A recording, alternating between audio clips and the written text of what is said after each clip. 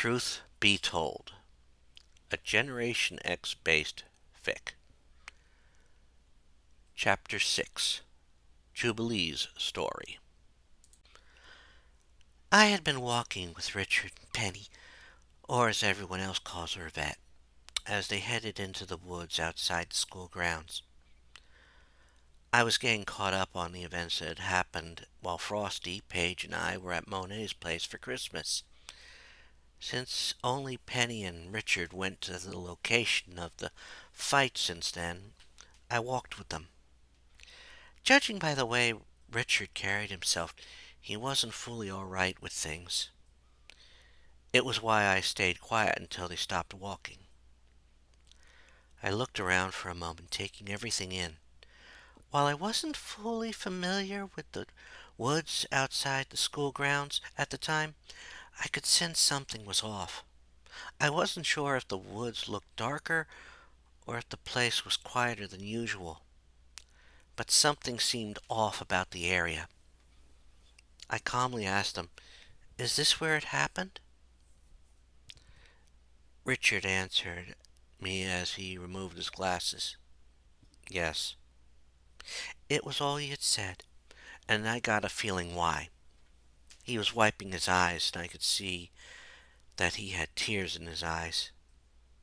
He then placed a flower on the ground and remained kneeling for a moment. As I watched him, Penny walked over to me and quietly said, "He's done this every day since the attack. Sean said that he thinks it is Richard's way of recovering from the attack, but I don't understand why he is doing it if it is." To be honest, I sort of understood why. I could even imagine myself doing it myself under the right circumstances. I haven't killed anyone, but I suppose I might have if Bishop hadn't stopped Sabretooth. Still, I had to explain why he thought that. I think he's trying to ease his conscience. If you aren't used to fighting with lethal force, it is something you have to cope with. It was at that time that Richard finally stood up. Penny nodded to me, thankful for what I said, and went over to his side. I watched as she took his hand for a moment, asking, "Do you need some time alone?" I could hear the caring tones in her voice, and I could imagine her hoping the answer would be no. To be honest, I think Richard needed her company. It was helping him recover from the attack. I was glad when he took her hand and smiled. It was a good sign in my book. I will admit that I felt awkward watching the moment, but with what had occurred on that spot before, I guess awkward scenes might have been a step up. Still, the good signs continued when he said to her, "No, Yvette, I need to find a way to relax, and I think a nice walk will be the thing, especially if you join me." I knew what Richard was hoping to hear, and I figured Penny knew too. No doubt at that time Richard needed her company more than she needed his. I wasn't surprised when she looked him in the eyes and said, "I'd love to." I then watched them walk off into the woods. Now, I know what you might be thinking. You probably figured I would tag after them a little, but I didn't. First off, I didn't want to be a third wheel. Second, everyone had pretty much come to the conclusion that Richard wouldn't do anything ungentlemanly. It was just the vibe we got from him. So instead of following them, I decided to look around the site. It was eerie to think that Black Tom had done so much in so little time. He had captured and replaced Mondo, and plotted to take over the school. I started to wonder how he was going to capture us all when my eyes landed on the remains of his face. As I looked at it, part of me thought it was still alive. All I thought would have needed was for me to get too close, and I would be captured. I shook my head before the thought ran away with me. It couldn't still be alive. It was a separate piece and one Richard had was keeping as a reminder. I figured he kept it there as a reminder to keep himself from losing control again. While I understood the reasoning, it also made the sight creepy as hell. That was only made worse when I noticed that the woods around the location had gone eerily quiet. I guess all my time with Wolvie made me more aware of my surroundings in situations like this. After a moment, I heard movement, and I didn't like the sound. It had come from behind me, which was the opposite direction that Richard and Penny had gone.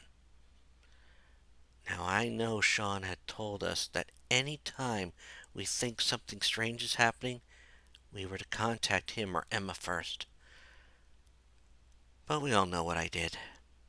The same thing I do in any similar scenario. I checked it out for myself. I moved towards where the sound had come from, but I held off on prepping any of my plasmoids. If it was a lost person, I didn't want to freak them out, nor cause any hostilities to start. Besides, a stray plasmoid could even start a forest fire, and after the whole Black Tom thing, I didn't think we needed that kind of attention. Looking back on the situation, I'm sorry I didn't do it. By the time I reached the spot where I thought I heard the sound, I didn't see anything. That was because the person who caused the sound had somehow gotten behind me. Before I could react, he had grabbed me from behind, saying, "Strange. I did my best to hide, and still you found me, Miss Lee." The fact that the strange man had known my name wasn't lost on me. When you hang with the X-Men, people learn about you, even if you don't say a word or encounter the person. This guy was no different, except for a few details. My first reaction had been to scream, which didn't make him flinch. I couldn't fire sparks at him, mainly because he had already grabbed my wrist in one hand. He was strong, but I wasn't about to give up. While I might not have been able to fight right away, I could still draw attention to the location. While I struggled, he made me face him, and I could make out unnerving details. His hair was short and white, and he had features that were both familiar and unknown. I couldn't be sure why that was. He also noticed the eyes, and they were an unnatural glow in them. One that hinted at something mechanical or computerized at play. It was enough to make me ask the one key question: "Who are you?" I saw a cold smile cross his face, and his grip tightened for a moment as he spoke. When he spoke, I swear, I must have heard something else added to his voice. It was something subtle, but evil. "You may call me." The surprise on his eyes must have been in my own as well, since the voice who finished it was Richard's. I dared a glance in the direction that the voice came from, which was behind the man, and I saw tears in Richard's eyes, and there was pain in his voice when he said the name. There had been a quiver in his voice when he said the name too, which punctuated the moment as everyone arrived at the scene. Bastion.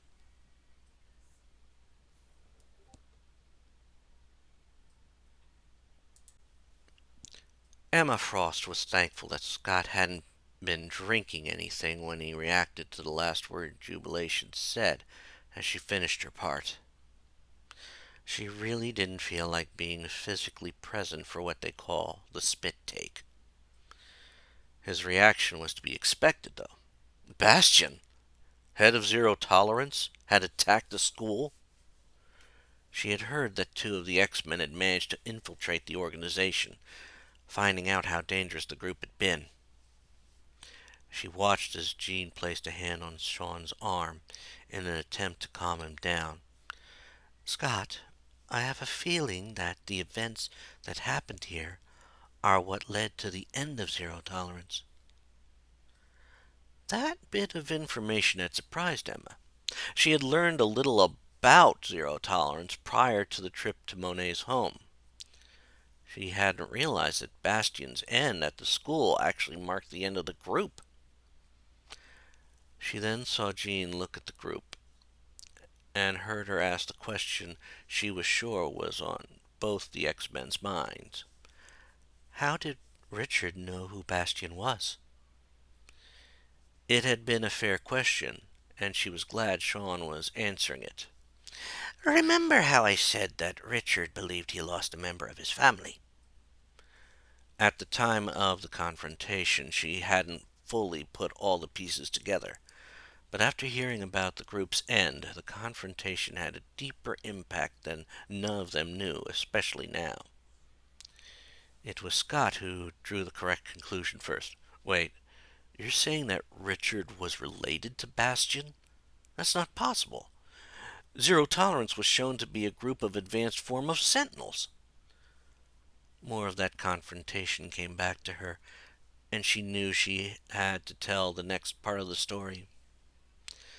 Emma kept her voice calm, knowing full well that the next part of the story could be very emotional for all, since not everyone knew what went on in the mind of the key person at that moment.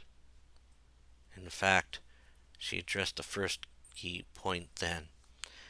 Yes, they were, but with human minds. Apparently, Bastion had joined the project and became what he was, almost losing the person he had been. She noticed that last statement had piqued Jean's interest. What do you mean by almost? Emma leaned forward, resting her forearms on the table, and continued the story. Bastion had been Bastion Cale, the uncle Richard had thought committed suicide. His family didn't have the heart to tell him what his uncle had actually done, since Richard's abilities had only started to manifest. Since Richard also adored his uncle, the truth would have been a nasty blow at the time. Turns out that it wasn't the worst blow Richard could have received. She then began telling the accounts of the confrontation.